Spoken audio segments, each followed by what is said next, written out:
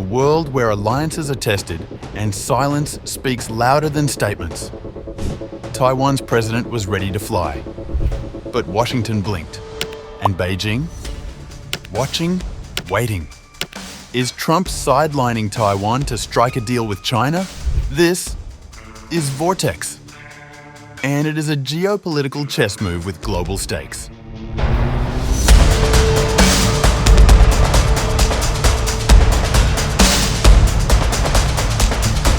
Taiwanese President Lai Ching-te has decided to delay a diplomatically sensitive overseas trip initially floated for August, a decision that underscores the tense balancing act Taipei must perform between its own foreign policy goals and the broader dynamics of the US-China relations.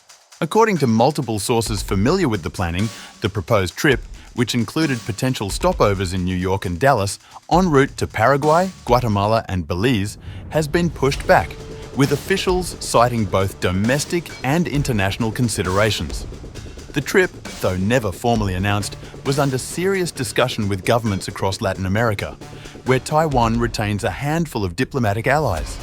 Had it gone ahead, the journey would have included unofficial stopovers in the United States, a routine but symbolically charged practice that has consistently drawn Beijing's ire. China views democratically governed Taiwan as a breakaway province and opposes any international recognition of its sovereignty.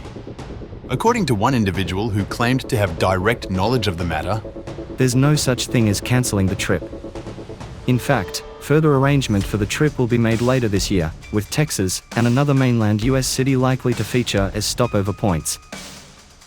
However, the sensitivity surrounding the itinerary became particularly acute when the Trump administration reportedly informed Taipei that a stopover in New York City would not be permitted. Sources told the Financial Times that this decision followed pressure from China, which lodged objections with Washington. The decision coincides with a moment when President Donald Trump is attempting to recalibrate relations with Beijing. As trade negotiations gather pace, the White House appears intent on avoiding any moves that could antagonize Chinese President Xi Jinping, especially with a potential Trump-Xi summit in Asia later this year under consideration. Lyle Morris, a senior fellow on foreign policy at the Asia Society Center for China Analysis, noted, "This is the first concrete move under Trump 2.0 regarding Taiwan, and a cause for concern. The assumption is this decision was made in the context of ongoing US-China trade negotiations and a possible Trump-Xi meeting. Still, not a good sign for enduring US-Taiwan relations."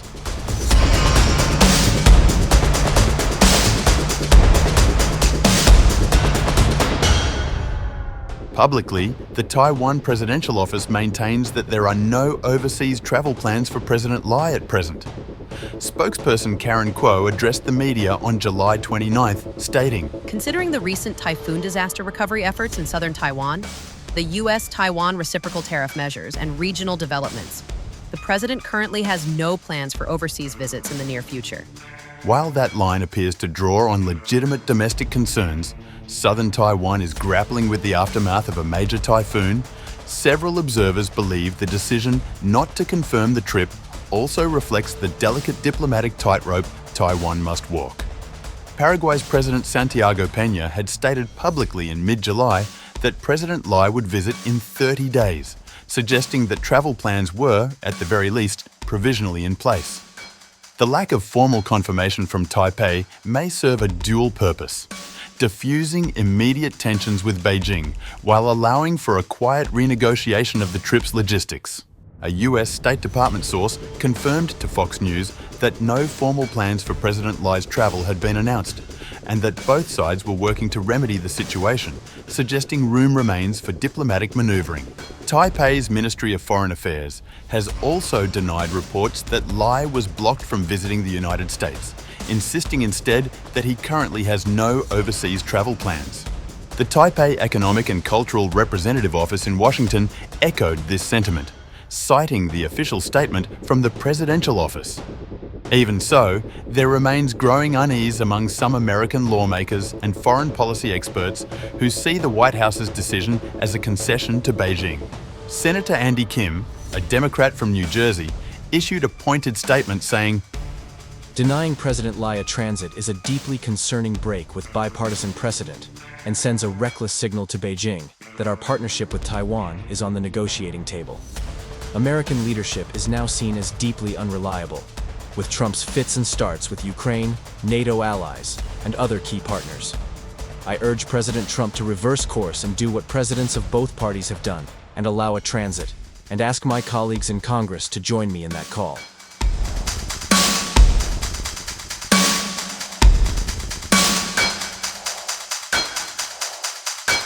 Behind the diplomatic dance lies a broader recalibration of US policy toward China, driven in part by ongoing trade talks and supply chain vulnerabilities.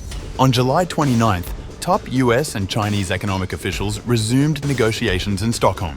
These discussions follow several recent decisions from the Trump administration that suggest a softer approach towards Beijing. Reported freezes on planned export controls, approval for sales of advanced AI chips to China, and a more cautious posture on Taiwan.